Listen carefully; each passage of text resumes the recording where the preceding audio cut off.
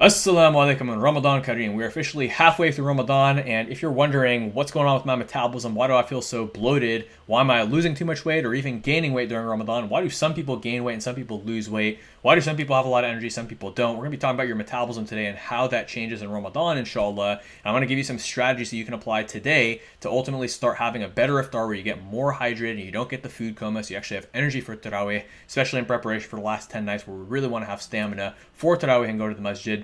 But obviously for the fast too, I want you to have energy at work. I want you to have patience with your kids and not be snapping at your kids, which ultimately is not a good thing to do in Ramadan, where the whole goal is to control our desires and control our nafs and control ourselves to be the best Muslims we can be across all areas of life. So I have a screen share and a slideshow for you guys today. So bismillah, let's dive right into it. And we're going to talk about, again, how your metabolism changes during Ramadan and what to do about it as the month progresses. So what to eat, how to exercise, etc. in today's video. So again, get a little bit of a table of contents, the 6 points we're going to cover. We're going to talk about how your metabolism works, both inside and outside of Ramadan, so that you not only know what to do right now while it is Ramadan, but also what to do outside of Ramadan as we kind of transition back to normal life, so that you don't end up gaining weight or having, negative changes to your energy or whatever that a lot of us get into in that kind of post-Ramadan funk, right? So we're going to talk about how to avoid that funk. And ultimately the fundamentals and basics of metabolism for food, water, fat loss, muscle growth, etc. We're going to talk about, inshallah, how fasting affects your appetite, why some people eat more while other people eat less, and why this happens in Ramadan, and ultimately what to do about it so you can have energy, for Tarawih, other ibadah, good deeds, for work, to be patient with your kids, everything else that we want to make sure that we're doing in Ramadan to make the most of this sacred month. How to maximize and speed up your metabolism during Ramadan. So we're going to talk about food types. We're going to talk about my iftar hacks or strategies that I personally use for my metabolism, my appetite, to optimize my energy, my physical results, as well as, how my body feels, whether I have a big appetite that day or a small appetite that day. And we're going to talk about suhoor hacks and strategies I use, especially now that the sort of sleep deprivation element of Ramadan is setting in. I'm not waking up with a ton of energy and I'm not really feeling like prepping a big meal for suhoor and then eating a big meal for suhoor. That's just me personally. I'm going to talk about some strategies, as well as strategies I use with my clients who have a big appetite, right? And then we're also going to talk about time efficiency, because that's really important, especially during Ramadan, where we want to actually take more of our time for, good deeds and prayer and everything else, and what to prioritize so that you're not losing out on ibadah or good deeds, but you're also not messing up your body. Because remember, Ramadan is all about controlling your desires, and if you're getting fat during Ramadan, you're obviously doing it wrong, because you can't let your stomach control you. You got to control your stomach, and this is a trait that you can build in Ramadan and add to your akhlaq that's going to serve you in being healthier outside of Ramadan as well. Setting a better example for your kids, setting an example for the next generation and generations to come as to how to be healthy and how to be in integrity with the principle of Islam.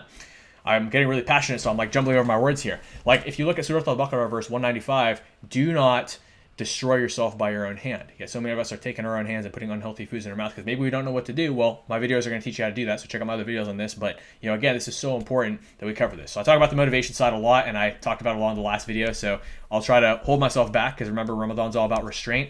But again, this is important. I don't want you to just gloss over this and say, oh, fitness isn't important in Ramadan. Fitness is very important, okay? Because if you don't have an optimized body and you're showing up to Tarawih and just in general to life out of integrity with the principle of Islam because you're not healthy, that's wrong. Okay, you're setting a bad example for your kids. You're creating pain for your family. You're creating pain for generations to come. You're putting yourself at risk for diabetes, heart disease, stroke, whatever it may be. And you might be watching this and you're the type of guy who's like, hey bro, I'm just here to prevent muscle loss during Ramadan. Well, guess what? In Ramadan, we got to make sacrifices. And if you're somebody who is working out too much during Ramadan, we got to scale that back, including myself, so that we can ultimately have more time to make the most out of the sacred month, but so we can still maintain our gains. And thankfully, the good news is training lower volume actually helps with maintaining your muscles better while fasting during Ramadan. And obviously for people who don't work out at all, we got to start stepping that up, because taking, 20 minutes even to work out 3 times a week will make so much of a difference in your energy and actually give you so much more time and energy in other areas of your life, inshallah. So again, I'm going to avoid going off the framework here, but I just always have to talk about the motivation. It's so important. The reason behind everything we do, because the why is the most important thing. Okay, so anyways, the why behind the metabolism, or really the what behind the metabolism. Okay, so you want to think of metabolism like a fire, okay? If you put one big log and you cover it, that's how you make a barbecue burn slow, okay? So if you want the barbecue coals to last a long time and burn at a lower temperature, what you want to do is kind of clump all the coals together and cover it so that it burns slow and it burns for a long time. So that's kind of what happens when we eat less frequent meals and they're bigger meals, and we go for long periods without the food, and our body now has to make that food last for a longer time. Our body becomes more efficient with using that food. sufficiency, right? It's a good survival mechanism. Like if you're out in the desert and your metabolism stayed fast and your body just burned through everything you ate and you were like in starvation mode, would you want that? No. SubhanAllah, Allah has created our body to be able to conserve energy and conserve and slow our metabolism during times of starvation. The problem is modern man and modern woman and modern Muslim, we as Muslims in the modern age, we have so much access to food that we end up overeating with that slowed metabolism, and that's why a lot of us gain weight, especially as we get older and the metabolism would naturally slow anyways, plus with the normal stresses of life, because stress is also going to affect your metabolism. Now on the flip side, if you put lots of little logs or coals and you keep it uncovered, it's going to burn fast and it's going to need more fuel to keep going. So this is the beautiful thing with this dietary strategy, is if we can actually focus on building your metabolism with a little bit more frequency, which again, we can't necessarily do that in Ramadan, but I'm going to talk about how to do that in Ramadan, what kind of fuel you can put on the fire of your metabolism to make it burn faster. Then you're going to be able to burn some fat, lose weight, and improve your health markers, have less chance of diabetes, less chance of heart disease, improve your cholesterol, all the other things we want to work on, and of course look and feel better too, and just have more energy because your metabolism is burning properly. Okay, and this is a huge strategy we apply outside of Ramadan, because that's where we can really work on meal frequency and keeping that flow of food coming to where your metabolism is just fast all the time, and you have one of those bodies that can pretty much eat whatever you want within reason and not get fat, which is amazing, right? But obviously in Ramadan, your metabolism is very different because by nature, we're going through long periods of not eating, and we're eating most of our calories in a shortened window of time.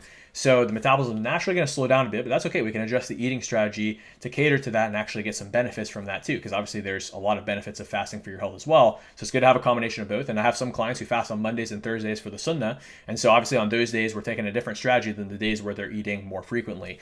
But again, this is an important thing we can leverage to get really good results and be happy, healthy, and everything else, and also have flexibility with being able to, not have to be on a strict diet and still lose weight and keep the weight off.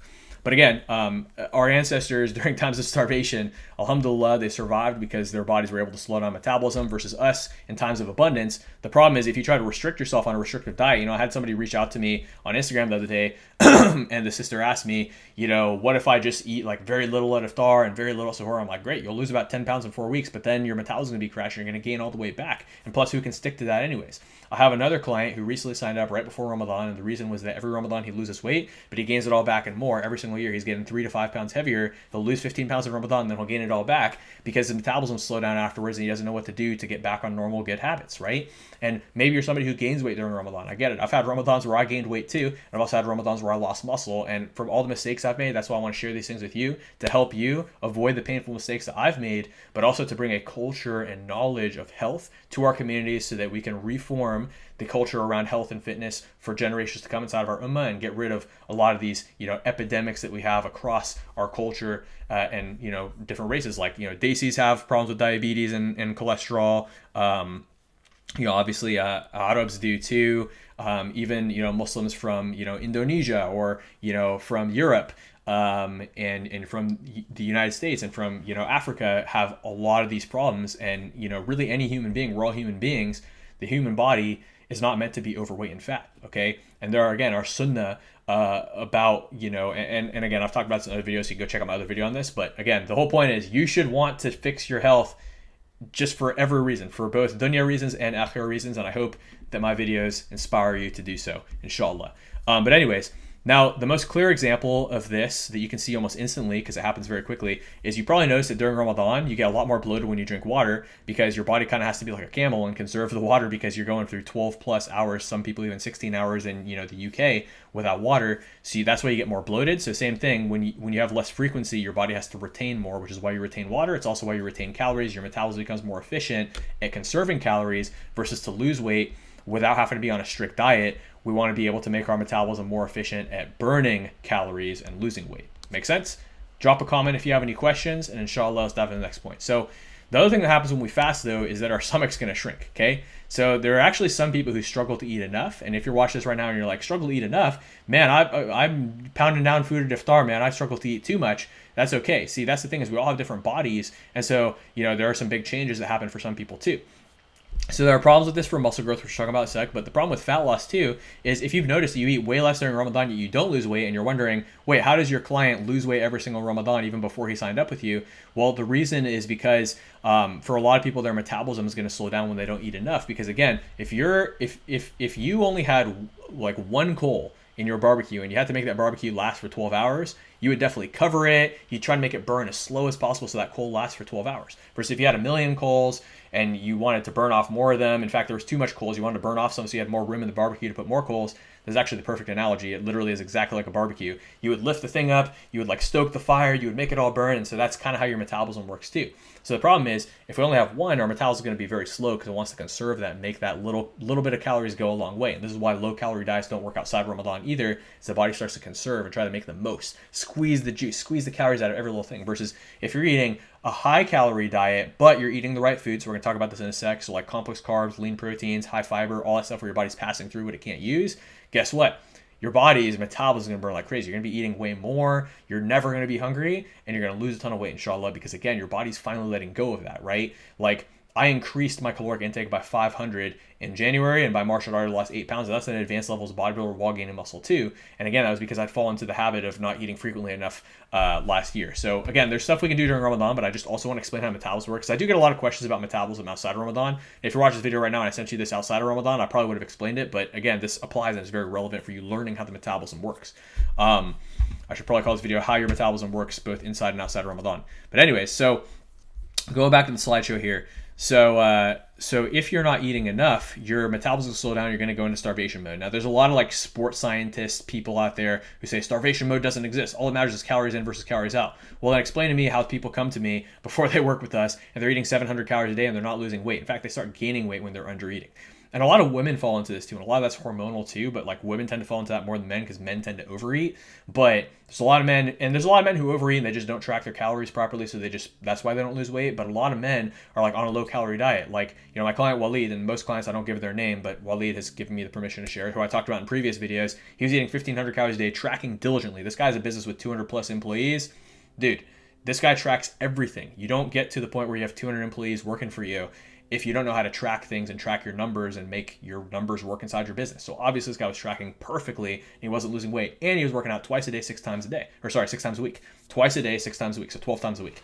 And he wasn't losing weight. So we scaled him down to 4 times training a week, and we baby stepped his calories up with a reverse diet to 2,200 calories per day. And he lost 20 pounds in 90 days. And you can check out my other video where I show exactly how we did that. And the reason why it worked is that his body was finally able to let go of that weight. We were finally stimulating his metabolism with the right foods instead of pounding his body with excessive exercise, pounding his body with a lack of nutrition, which again just trains your body to store more fat because your body thinks it's in a dire situation, so you end up just storing more fat.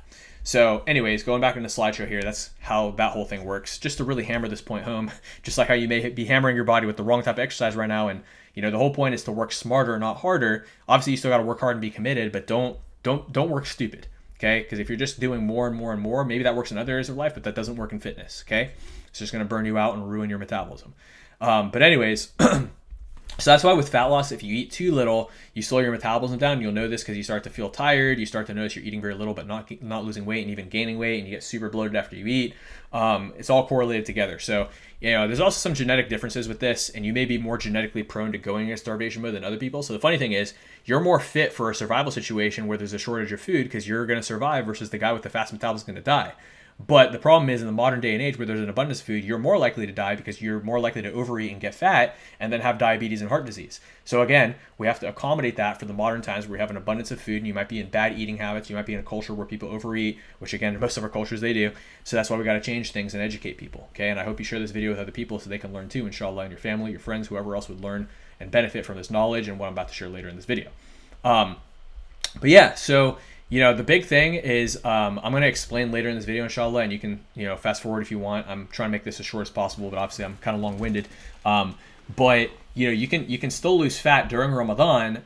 Just obviously it's not going to be as optimized. I'm not even going to say that, but if you're somebody whose metabolism is very efficient, meaning it's very hard for you to lose weight because your metabolism is very efficient at conserving calories as opposed to somebody whose metabolism is efficient for burning calories and, you know, all that stuff, then obviously, you know, we got to apply some different strategies. So I'm going to talk about that later. But let me get through all this. But just remember, we got to make sure we're doing it in a time efficient way so we can prioritize ibadah and energy for work and prayer. Okay. Now, the problem with this for muscle growth is more obvious because if you don't eat enough and you're not getting enough protein, especially, you're more likely to lose muscle. Okay. And then also the calories. I mean, the protein is most important. So like prioritize protein for sure. If you have a small appetite and you're trying to not lose muscle and you're like a naturally skinny guy or a naturally skinny girl, or, you know, you're losing your gains, you're losing your muscle during Ramadan, but you also got to get enough calories too. Now, the good thing though is that as long as you get enough protein, you keep your calories high enough that you don't lose muscle, you can get super shredded. Like I've had like the leanest I've ever gotten has been during Ramadan sometimes while maintaining muscle because I trained and ate right. And I do talk about that in other videos, but I'll go into it today as well. But anyways, the other thing I want to mention is while fasting is all about restraint, and one mindset that you can have is, hey, you know what? If I'm holding myself back from eating all day, I can hold myself back from eating the samosas at dinner if I know it's not healthy, when I made this healthy version of samosas instead, or when I have this other healthy meal instead. And again, check out my healthy samosa recipe. It's on my page as well, wherever you're watching this, because again, that's going to help with your samosa cravings. But obviously, if you're craving the oily samosa that's deep fried and just like, it's disgusting to even think about. Even though I'm fasting, I'm hungry right now. Well, I'm not hungry, but I'm fasting, and the idea of food sounds great. The oily samosa just sounds terrible because even though you get that rush of serotonin and dopamine and adrenaline and positive hormones and all these things that feel good when you eat it, that is almost immediately followed by this crash, by this terrible feeling. It's kind of like committing, certain sins. Astaghfirullah, many of us have committed certain sins, but after you commit that certain sin, you feel this intense rush of pleasure followed by the sense of guilt and pain and emptiness and suffering, whether that's, zina or whatever it may be, okay? Many people have experienced that, or even like not lowering your gaze. Sometimes it's a similar thing where you have this rush, but then it's followed by this feeling of guilt and emptiness and desire and distraction, right? So all the things that have a temporary payoff have a long-term consequence. The things that have a temporary consequence or discipline almost always have a long-term payoff. Just like, look, if you're a Muslim, you're making sacrifices and working hard in this world to be a good Muslim so you can have the payoff of the eternal hereafter. So apply that mindset to your food too. Don't apply that instant gratification, pleasure mindset, that pleasure-seeking, undisciplined, falling into temptations mindset, because that's the mindset of the disbelievers. The mindset of the disbelievers is, here are clear signs and a pathway to success. Let me ignore it and go do all these negative temptations to give me instant gratification. That's the mindset of a disbeliever in the context of Islam. So when it comes to fitness, if you're learning all this knowledge from me, you have all this free knowledge accessible to you, yes, you're going to choose to ignore it and choose to bring yourself to ruin by your own hand, which Allah subhanahu wa ta'ala tells us not to do that in the Quran. Well, you got to hold yourself accountable, man, or woman, whoever you are watching this, you got to hold yourself accountable. All right, let's dive back into the thing. Trying not to talk about motivation, but we always got to go into it. So again, if you're practicing restraint all day, sometimes you're in just like this really negative mood at the end of the day, and you have this great temptation to eat unhealthy foods, right? Because you've been practicing so much discipline, so much willpower that you just feel like you don't have any willpower at the end of the day. And I get it.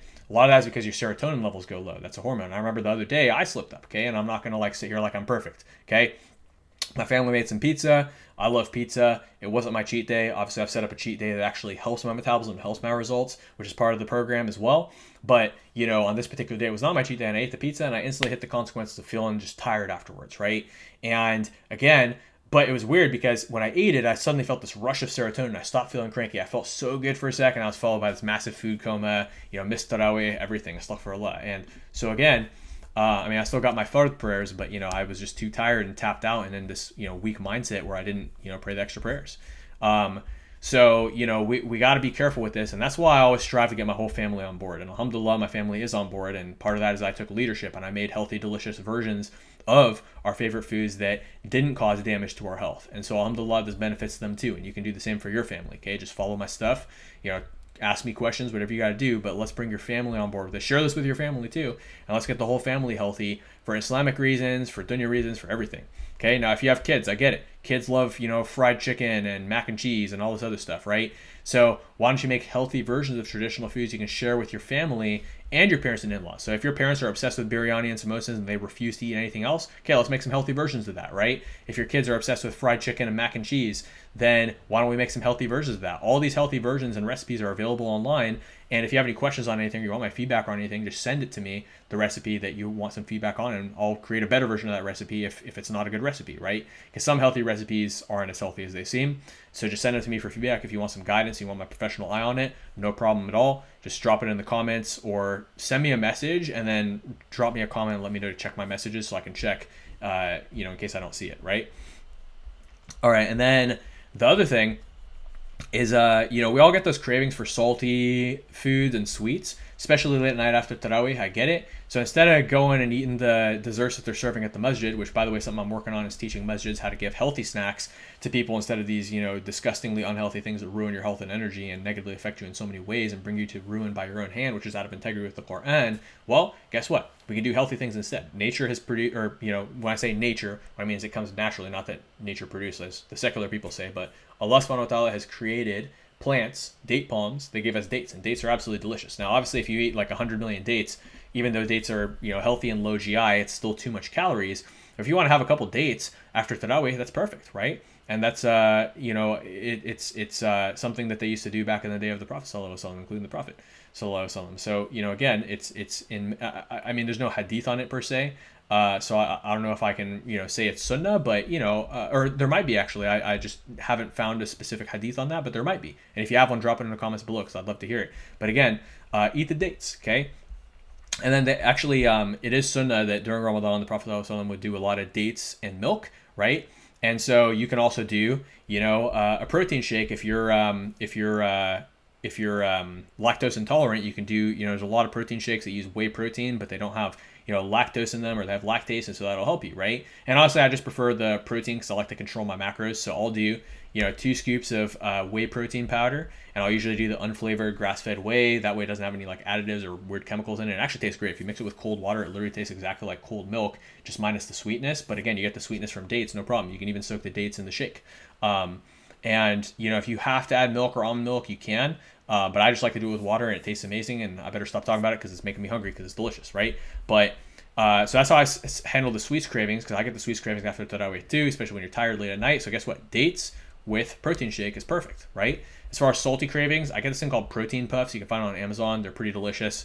But there's also like Quest protein chips. Just make sure you get the one that doesn't have the non-halal enzymes. So don't get any of their cheese flavors because that doesn't have halal enzymes in it. Just do their chili lime flavor, and that one doesn't have anything that's not halal in it. So now the next thing is, and I think there's one other point I want to touch there. So again, you get that protein shake. Now you're getting extra protein intake after Tarawih, plus you're getting, dates as a positive sweet as opposed to like these, unhealthy things. Like I saw, a brother, and I'm not going to say his name because, obviously backbiting is haram, but I saw a brother, and there's probably a lot of brothers and sisters who are doing this, but he keeps posting on Facebook like these donuts, and he says after Tarawih refreshments, and I'm like, dude, donut does not sound refreshing. Donut is like a massive food coma and feeling inflamed and tired and stuffy nose all the next day. Because the crazy thing is when you start eating healthy and you start eating clean, you realize how bad you felt when you weren't healthy and you just didn't even realize it. And you're like, how could I ever go back to living like that? So you'll get to a point where you don't even crave unhealthy things, and the idea of eating a nice sweet date or a couple dates sounds a million times better to you than eating a donut. But right now, if you're addicted to donuts and that sugar rush, then obviously we got to transition you off that with your habits. All right, so let's talk about how to maximize your metabolism in Ramadan, okay? So if you're an overeater, okay, if you're an undereater, it's going to be different. But if you're an overeater, you're somebody who tends to struggle with portion control, and, maybe you've applied a little bit of discipline from, your stomach shrinking in Ramadan, from applying the sunnah of the Prophet ﷺ, and the hadith about 1/3, 1/3, 1/3 that I've talked about before and that you've probably heard before. You may still struggle, right? So complex carbs are very filling, and obviously the calories are a lot lower than simple carbs. They take some time to digest, so they kind of hold you over. They give you good energy as well, and they also stimulate your metabolism. So I've talked about what this is in previous videos, but you could do brown rice, black rice. Actually, I recently discovered black rice. My dad actually got me into it because alhamdulillah, I've got my whole family being healthy. And black rice actually has an even lower glycemic index than brown rice, and you don't need to know the term glycemic index, but glycemic index, or GI, just determines how complex a carb is. So the lower GI, the safer it is for diabetics, but also the better it is for weight loss and stimulating your metabolism and preventing you from getting fat, because it's very hard for your body to store low GI carbs as fat versus high GI carbs. Simple carbs like sugar are a lot easier for your body to store as fat. And the cool thing with dates is they have enough fiber that it actually balances out the sugar to where it's actually pretty low GI as well. So dates are safe for diabetics and for weight loss as well. Just obviously as long as you're not eating a giant amount of dates, or you're not doing like a date smoothie where it's like, you're taking the liquid from the fiber, because that's obviously going to negate that. Okay. Lean protein. So that means chicken breast. That means, 93% lean grass-fed beef, right? And Open Nature is halal. It's a halal brand. It's lean cuts of beef, right? Sirloin. It could even some lean goat, like really, really lean cuts of goat where you cut off all the fat, can potentially work. Whitefish is really good. Shrimp, scallops, those are some lean proteins I've talked about in other videos that you can do for iftar. Okay, lentils are a good source of both carbs and protein, and one of my favorite recipes is, I think I talk about it later in this video, but is low calorie, low fat lentil soup. Okay, so what you do is you take half a cup of red lentils, depending on the macros in that particular brand, and you mix it with 3 to 4 cups of bone broth, and it makes a recipe that's 60 grams of protein, 66 grams of complex carbs, 1 gram of fat if you don't add oil to it. And, it's so good for stimulating your metabolism, giving you energy, helping you with hydration. I'll talk about that in the Iftar strategy. But yeah, so doing complex carbs and lean proteins for Iftar is great. And then when it comes to Sahur, though, that's where we want to do more, obviously the complex carbs is still good, but we can also add in some healthy fats. So like, eggs are good if you like eggs in the morning, but you can also do nuts. But lately my appetite hasn't been so good in the morning, so I've just been doing dates and walnuts with a protein shake. And sometimes I'll add yogurt because recently I've been noticing that my body's more tolerant of lactose, which is great. So my body's able to do a little more dairy as long as I don't do it too often. And that holds me over super well. It's got plenty of protein, so that holds me for the whole day. It gives me energy for the whole day. And obviously it gives my body something to feed on for the whole fast, which means my metabolism is being stimulated all day as opposed to going into starvation mode. Obviously you do get hungry in the evening just because you literally haven't eaten in like 12 hours. But it sustains my body for a pretty long time. The energy is good, metabolism is good, bloating is good. So alhamdulillah, it's been good, right? And this helps a lot if you have a low appetite in the morning like myself. If you have a big appetite in the morning though, oatmeal is great. Usually I like to have people do gluten-free oatmeal because gluten can cause some inflammation. So gluten-free oatmeal, or if you're good with gluten, you could also do gluten oatmeal. And then eggs are really, really good. You could also do some leftover meat from the night before. And I'll talk about it a little bit more in my Sahur strategy later in this video. Now, as far as exercise and activity, you actually want to use baby steps. If you're not working out at all right now and I say, hey bro, you got to work out an hour and a half, 6 days a week in Ramadan, or even outside of Ramadan, you're going to be like, dude, there is no way that's going to happen. Okay. So the best thing you can do is make baby steps. And the funny thing is my people who are newbies get insane results. And I'll actually show you like some graphs after this.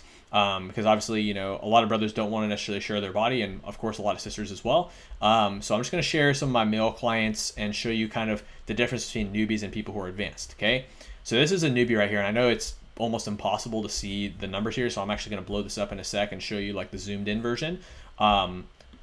So here's an example of a newbie client. So March 27th, right before Ramadan, he started the program and he started 200 pounds. Now the funny thing is we were going to work out before Ramadan started, but he was like, he wasn't able to do the workouts, so he really struggled. But then we just started right after Ramadan started, but we started with the diet right here, and he already lost some weight.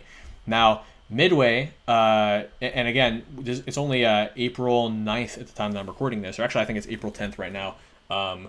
I don't even remember the date. I'm more focused on the days of Ramadan. It's actually April 13th right now, so this is his last weigh-in. But, in a short span of time, so literally like 2 weeks, he lost from 200 to 187. So this guy isn't even like overweight, but he lost 12.5 pounds in 2 weeks, which is awesome. That's 6 pounds a week. That's faster than most people who usually lose at like 2 to 3 pounds a week, usually more like 5 to 10 pounds a month. So this guy lost more weight in like 2 weeks than most people lose in a month.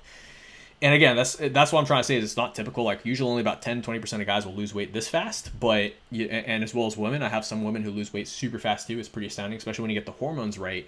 But this is an example of somebody who's a newbie. So if you're a newbie and you get this right with your metabolism, like what I'm sharing, and I guess it's kind of some proof that stuff actually works with some client results, then obviously, you'll lose weight really fast, especially if you haven't worked out in forever. Just by doing any kind of stimulation, any kind of workout at all, it makes a huge difference for your body. Versus if you're advanced, there's no way you're going to lose that much. There's no way I could lose this much weight unless it was muscle. And even muscle, I wouldn't lose this fast, even if I literally ate nothing and didn't work out. Because again, the more adapted your body is, the slower that it tends to typically change, which is part of why me losing 8 pounds in the first 8 to 12 weeks of this year was pretty astounding for me, just with the new complex carbs method of boosting your metabolism as opposed to some of the other stuff I did to boost metabolism. So here's a slightly more advanced client. So I actually want to show you, he was in the same place as the guy who started at 200, but he actually started well before Ramadan. He did his first weigh-in on February 23rd, 220 pounds. And you can actually see that before Ramadan, he actually lost a lot of weight. So he got his newbie gains, or newbie losses rather, newbie progress much earlier. And that's what I'm trying to show you is if you're a newbie right now and you have a ton of resistance, you're like, man, it's so hard to work out. First off, you barely even need to do anything. You just got to start doing something and you'll lose weight super, super fast. As long as you're doing it right, obviously. And that's where I want to be able to guide you, whether you decide to become a client inside of my fitness coaching program or whether you'd rather just get some free advice or watch my free videos. You just let me know what you'd prefer, and we'll go from there. But that's basically it. Is he went from 220 down to 203 prior to Ramadan, actually. So you can see it took him about a month and he lost almost 20 pounds. So he lost 16 pounds in his first month. And really the majority of that was the first 2 weeks. You'll see guys, and again, only 10 to 20% of guys will lose weight this fast the first 2 weeks, but it happens, right? Now, there are some people who they start off and they don't lose any weight at all because we really got to fix their metabolism. And it just takes time to fix their metabolism and I have to slowly diet them up, which is called a reverse diet. And I'll make another video on that sometime soon, inshallah. Just comment down below with the word reverse diet if you want me to make a video on that, and inshallah tag you in it or send it to you. And then just remind me, and inshallah I'll make sure I get that to you. But just comment it, and I want to see how much interest there is in that video. But yeah, so basically, so for this guy, we didn't really have to do a whole lot of reverse dieting because he was more of an overeater. He was eating like Dave's Hot Chicken every single night, and actually he wasn't even eating that much calories per day. But simply because he was eating that inflammatory food, Dave's Hot Chicken, and not working out and being super stressed between both work and school, where he was doing a combined total of 40 hours of work per week and 40 hours of school. He was doing 80 hours a week. The guy had no time, super stressed, even as a young dude in his 20s. So, and by the way, this guy who lost all this weight early on, right? This guy's in his 40s, okay? The guy who lost literally 12.5 pounds in 2 weeks. So before you start closing off your ears, you're like, oh, all this guy's clients are in their 20s. If you're in your 40s right now, this brother right here is in his 40s and he lost this much weight, which was quite astounding, but it happens, man. I'm telling you, 10 to 20% of the time, people lose weight really fast. Now, this guy's in his 20s, but he had all the same problems all the guys in their 40s have. Just obviously his metabolism was able to adapt pretty quick. He didn't have as many metabolic issues as a lot of guys do in their 40s, but again, he lost a lot of weight, but in Ramadan, he's only lost 1 pound, right? Why? Because he's already tapped out his newbie gains, and because we've had to work around with nailing down his metabolic sweet spot in Ramadan. And I'll do another video on the metabolic sweet spot sometime, inshallah. So reverse dieting metabolic sweet spot. So comment down below with metabolic sweet spot if you want me to do another video on that, inshallah. And then tag and send it to you as well. But that's basically like the 2 principles we need to be able to obviously get, the best results possible with all this stuff, right? So and I think there was one other thing. No, I think that was it. Oh yeah, I just want to show you that everybody sees progress at a different rate. But again, like 80% of people, it's not gonna be quite this fast, but I'm just trying to show you that this stuff works. And to give you a very realistic perspective, usually people lose about 5 to 10 pounds a month, as opposed to 16 pounds in a month or 12.5 pounds in 2 weeks, right? So usually about 5 to 10 pounds a month is what you can expect. And if you have a slow metabolism, it might take us a whole 2 months of not losing weight, but simply your waist size shrinks and you gain some muscle in reverse diet before you actually start losing weight. All right, so let's go into the Iftar strategy. So there are a couple goals we have with Iftar. The first one is we got to get protein and hydration in ASAP because your body is deprived of protein, which means you're gonna run the risk of going catabolic. What catabolic means is your body's burning muscle, and if your body's burning muscle, not only that, but your fat metabolism has slowed down, so your body is not burning fat, but rather is burning muscle. So we got to give your body protein so that it can start to burn fat again, or at least stop losing muscle, and we got to get hydrated because you haven't had water all day, so you're gonna be very dehydrated, right? So if we can accomplish those 2 things, then that's the main purpose with Iftar, right? For our functional purposes of health and fitness. And then also, we can also get a side benefit of appetite control, right? For the overeaters, the guys who eat too much for Iftar, this is something that, if you have a tendency to eat too much and you don't want to have to be on a restrictive diet, and we can control your appetite and stimulate your metabolism as a combined total with this, then obviously, appetite control is going to be a huge benefit for you. Now, for people who struggle with undereating, so people who you have a small appetite in Ramadan, your stomach shrinks and it's very, very hard to eat enough. In that case, we want to maximize your caloric intake instead of controlling your appetite. We actually want to maximize how many calories we can get in and all that stuff. So in both cases, we want to do a date, a protein shake, and some electrolytes to break your fast. Okay, so there's a couple. Actually one electrolyte I've been using is from this brand called BioSteel. My dad actually bought it, which is kind of cool. My dad's an older Muslim man from Algeria, 60 years old, and he found this cool thing, BioSteel. So alhamdulillah, mashallah, we can all follow his example and draw inspiration from him that he's so open-minded and, proactive despite being a very devout Muslim. Not that, I'm just trying to say there's a lot of devout Muslims out there who are kind of narrow-minded. So all I'm trying to say is, he's a devout Muslim, and despite being 60 is what I meant to say, and he's still more open-minded than most people in their 40s, right? And then A date, obviously, it has good potassium. It's got some good complex carbs. It's going to help you. And then also the protein shake. Usually I do 2 scoops. That's going to be 50 grams of protein with the serving size of my protein. Now, after that, we're going to pray Maghrib, right? And on the gym days, you can also go to the gym after you pray Maghrib. Or you can work out before breaking your fast if that works better for you and your energy and hydration are okay. And especially if you're a newbie, you can literally work out whenever because it's not going to tax your body so much. I mean, I usually advocate for later in the fast so you can get some fuel in afterwards versus if you work out right after sahur. Some people do it effectively, but for me personally, it makes my body feel terrible all day. I like to get some fuel in right after the workout, and maybe I'll experiment it, but I've just never been a big fan of that because it just makes me feel really, really tired and dehydrated from working out early in the day. Now, the third thing I want you to do is you're going to do some soup. So lentil soup is excellent, right? Because again, 3 to 4 cups of bone broth, half a cup of lentils. Add plenty of Himalayan pink salt because Himalayan pink salt is going to help you to hydrate as well. Contrary to popular belief, everybody thinks salt's bad for you. No, salt's actually good as long as you're not overdoing like processed sodium with like high fat and high, simple carbs and all the other stuff that, certain foods that our cultures eat, aka like some of the desserts, unhealthy made samosas, all that stuff tends to have. So the combined total of this is 66 grams of carbs, 60 grams of protein, 1 gram of fat. So it's very good macros. And again, if you struggle to eat enough, then what we want to do is we just got to put more oil in that soup, and that'll increase the calories. Now, the challenge is that if you do too much fat and too much carbs together, that can cause some issues because your pancreas gets stressed out and you get tired. But you can experiment this. You can experiment how much oil can you add. And then obviously the other thing too is that oil tends to digest a little bit slower, so that might decrease your appetite later in the day. But it's usually like the fried oils combined with like the really starchy carbs that tends to like really sit in your stomach and give you that food coma and make you all bloated and all that stuff, which is both bad for fat loss because it crashes your metabolism, it makes you tired, and it's also bad for muscle growth because if you're trying to get more calories in, then obviously you're not going to have an appetite later.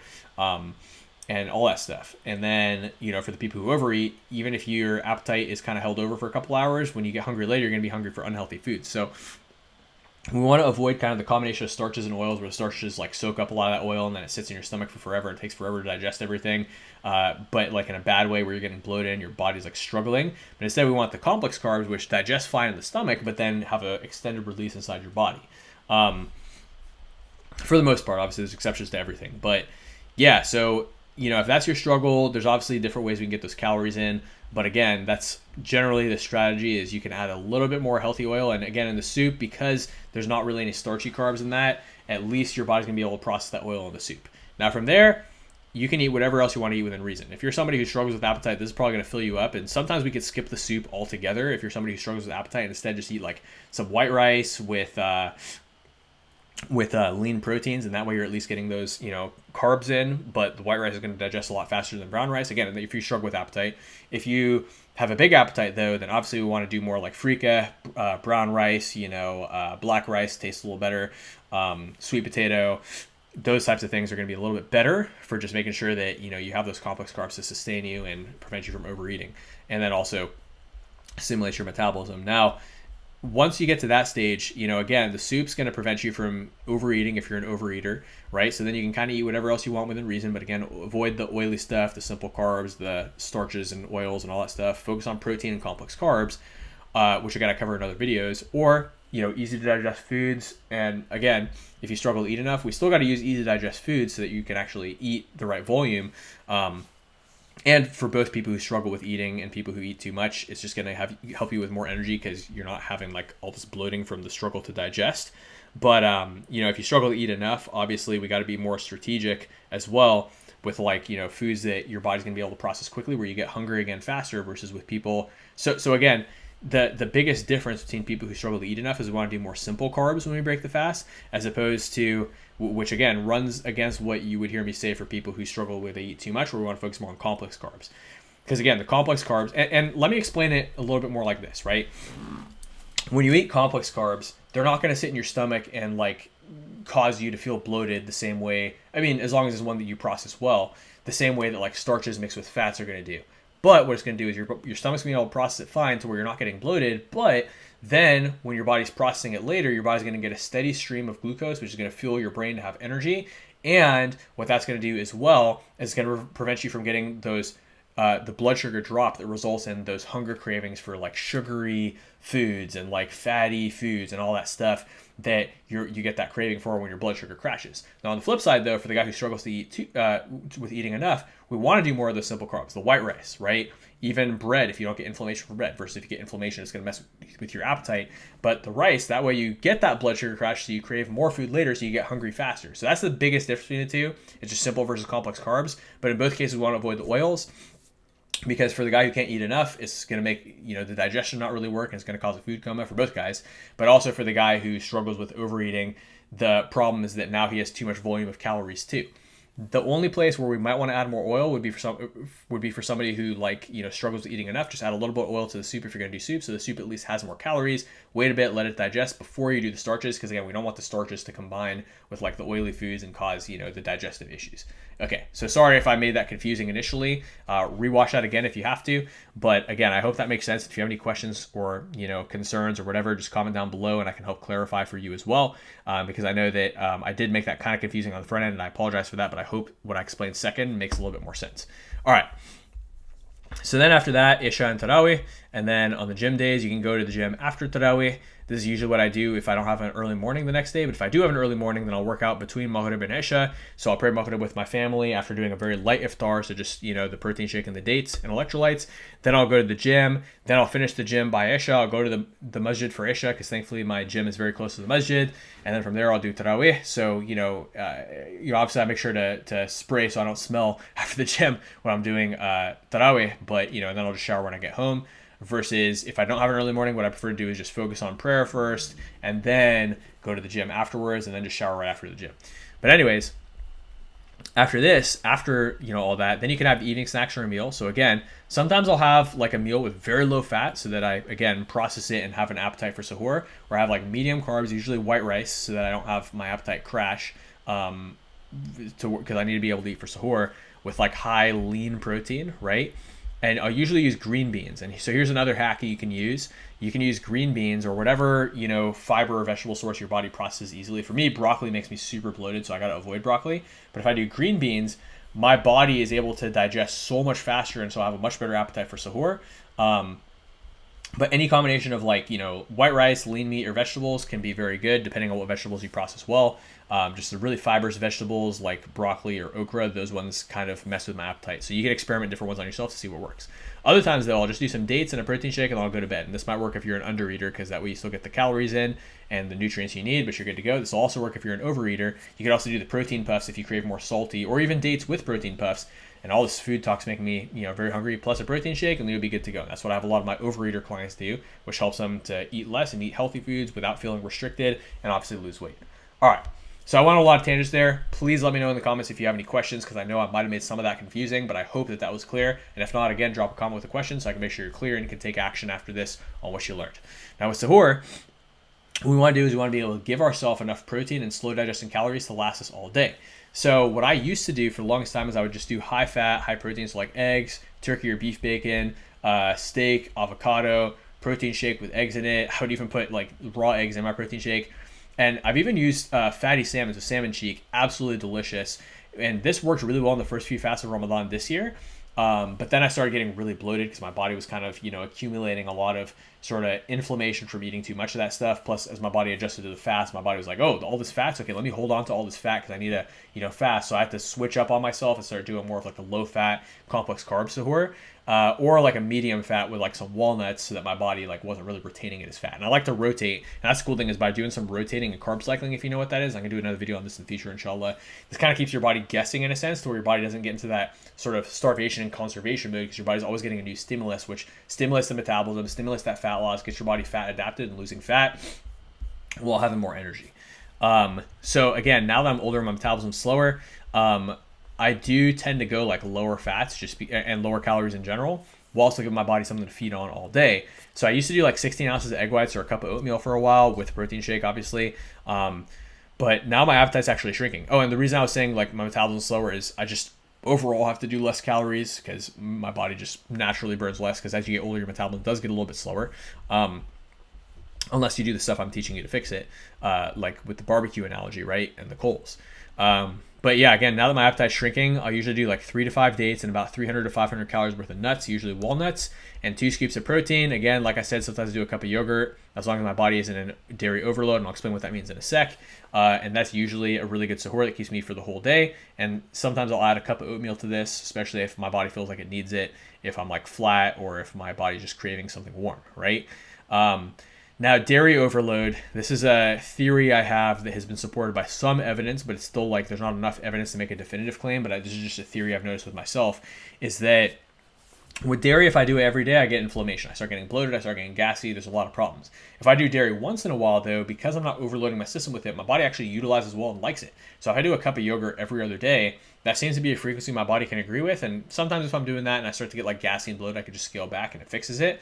But having that small frequency of dairy actually seems to be a net positive for my body. And the thing that's nice about yogurt is it has casein protein, which is a slow digesting protein, versus whey is a little bit of a faster digesting protein, and eggs are kind of a more medium digesting protein. So these can kind of help sustain you in different ways throughout the day because you have the instant release and the extended release, so to speak. Okay, so the last thing I'm going to touch on is time efficiency to maximize your ibadah and your good deeds. So just in general, in Ramadan, we want to decrease the workout volume. The reason is that obviously the reason is your recovery capacity is less. I was just laughing at this note right here inside of the week 5. But your recovery capacity is obviously diminished during Ramadan because the most optimal for recovery from training super hard, training super often, training super heavy, high volume, all these different variables, is when your body has a steady intake of protein every 2 to 3 hours outside of Ramadan. During Ramadan, we don't have that. We're fasting, so our body's more optimal for like fat loss, health, all that stuff, as long as we are proactive with our metabolism using the strategies in this video, as opposed to like, letting our metabolism crash by eating all these oily, unhealthy foods, eating low protein, not working out, because if you don't work out, if you don't lift, your metabolism crashes too and your energy levels go down. That becomes a problem because if your whole reason why you're not working out is because you're trying to do more ibadah, well then you have less energy for ibadah, right? So if you want to be able to read more Quran, pray more, do more good deeds, have energy for work, be patient with your family because you're not cranky and tired and miserable and depressed all the time. Not that you're depressed, I'm just saying some people do get depressed during Ramadan because they're not taking care of their body and their health and their hormones. Well, then you got to train. But the problem is if you're training for a very long time, then we start to have some problems, okay? So here is the exact program that I wrote for my client who lost 12.5 pounds of fat in the first 2 weeks. And this is his exact Ramadan program. Obviously, he started a week before Ramadan, like I told you. But here is the programming I wrote for him. And you can see it coincides with the exact dates of Ramadan, okay? And essentially, what we started with was we were kind of doing higher volume, but he had an issue, right? Because, this brother, he's, mashallah, may Allah reward him, ameen.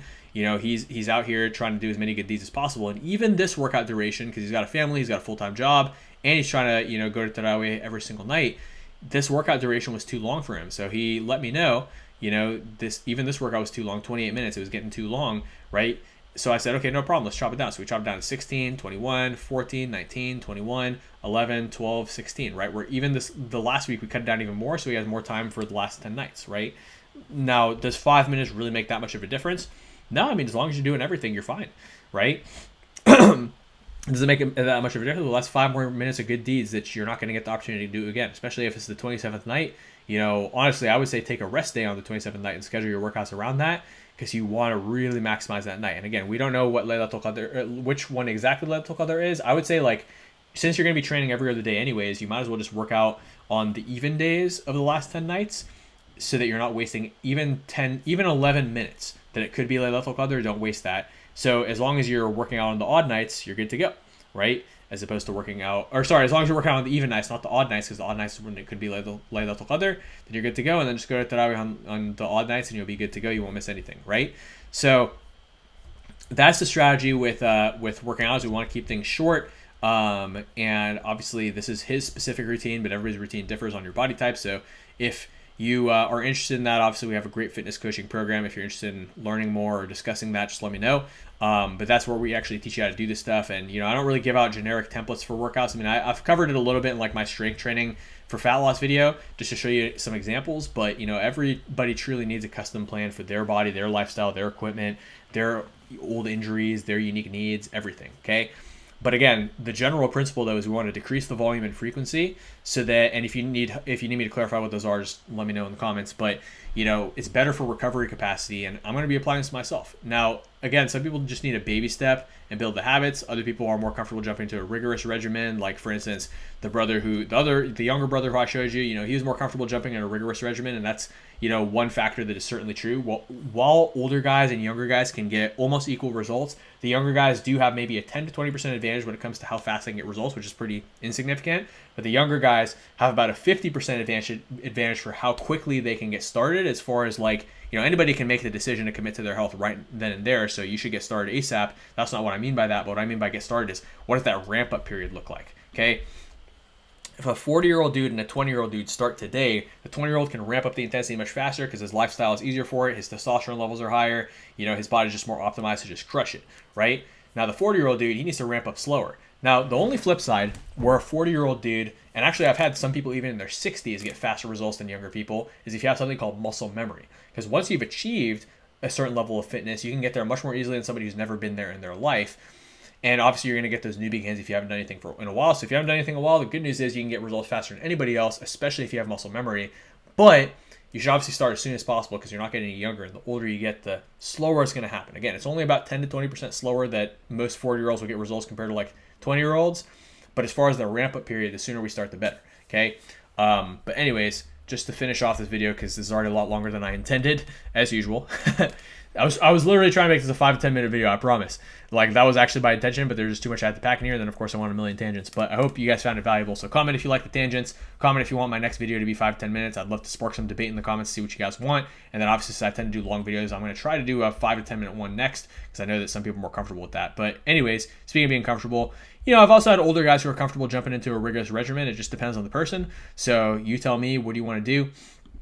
If you end up becoming a client, just let me know. But anyways, all that aside, let me know what questions you have in the comments. Check out my other videos, super important. I put out a ton of free knowledge and info so you can acquire that knowledge and better yourself across all walks of life through fitness and through combining fitness with Islam, because at the end of the day, if you're a better Muslim and you take care of your body and everything, it's going to complement everything. And that's ultimately what our purpose is here, is to worship Allah and Subhanahu wa ta'ala and be the best Muslims we can be. And your physical health is a part of your spiritual health, because if your knees are too messed up to even kneel properly in prayer, you're too heavy to where you're making sujood and your joints hurt, that's a problem.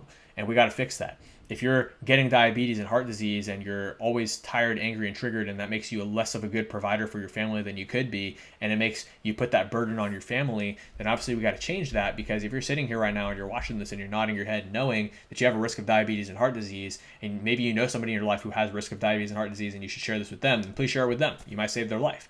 And not only that, but how is that going to impact their family's life if they do versus if they don't? So please share this with your friends. Hold your friends and family accountable. Hold yourself accountable.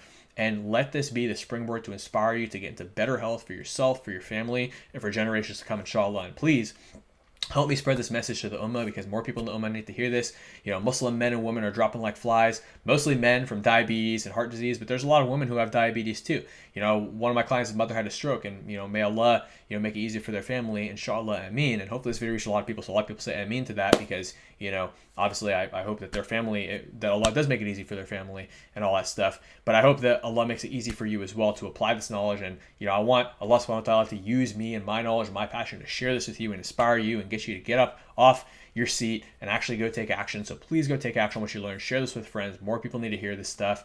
And again, both for dunya reasons and akhirah reasons, your health is so important to just have energy, to be able to pray, to be able to do as many good deeds as possible before you meet Allah subhanahu wa ta'ala. And, we all have, our qadr of how long we're going to live, but part of your qadr was to find this video. Part of your qadr was to watch this video. And so I think part of your qadr as well, and you tell me, are you the type of person who ignores knowledge or the type of person who applies knowledge? If you're a Muslim, you're probably the type of person who applies knowledge, because that's part of our religion, is to not ignore clear signs and knowledge, but to go take action, because that's part of what separates us from the disbelievers, in addition to our shahada and our prayers. So what are you going to do? Are you going to learn knowledge and not apply it? Because Imam al-Ghazali says that is, I forgot what he said. He said, action without knowledge is ignorance, and or is insanity, or I can't remember if it was insanity or ignorance, but either way, Imam al-Ghazali says go apply this knowledge, right? And so likewise, when it comes to everything here, like feel what I'm saying, please. Our people are dropping like flies, and we got to spread this culture and knowledge of health instead of making jokes about how we love sweets and then eating all this unhealthy food. Man, just apply what I taught you about complex carbs and dates, and you'll never have cravings for sweets again, and you'll feel so much better, and you'll wonder why you ever ate donuts and all this other junk, right? And then once a week you can have a cheat meal too. That's the best part. And then share this with somebody who needs to hear this, man. Like at the end of the day, that's my mission here. So again, check out my other videos, like, comment your questions, subscribe, share with people who would find it helpful and motivating, inshallah, and let's help this ummah transform together for the benefit of our good deeds, for the benefit of our contribution to humanity and to this ummah in this life and the next, and of course, to ultimately reach our full potential as Muslim men and women, and ultimately bring that culture of health and fitness and being the best Muslims that we can possibly be across all walks of life to your family and all of our families for generations to come. May Allah make it easy for all of us, and may Allah help many Muslims and thousands of Muslims and millions of Muslims to gather knowledge and apply that knowledge from this video. Inshallah, ameen. Please say ameen. And inshallah, Assalamu Alaikum. I'll see you in the next video.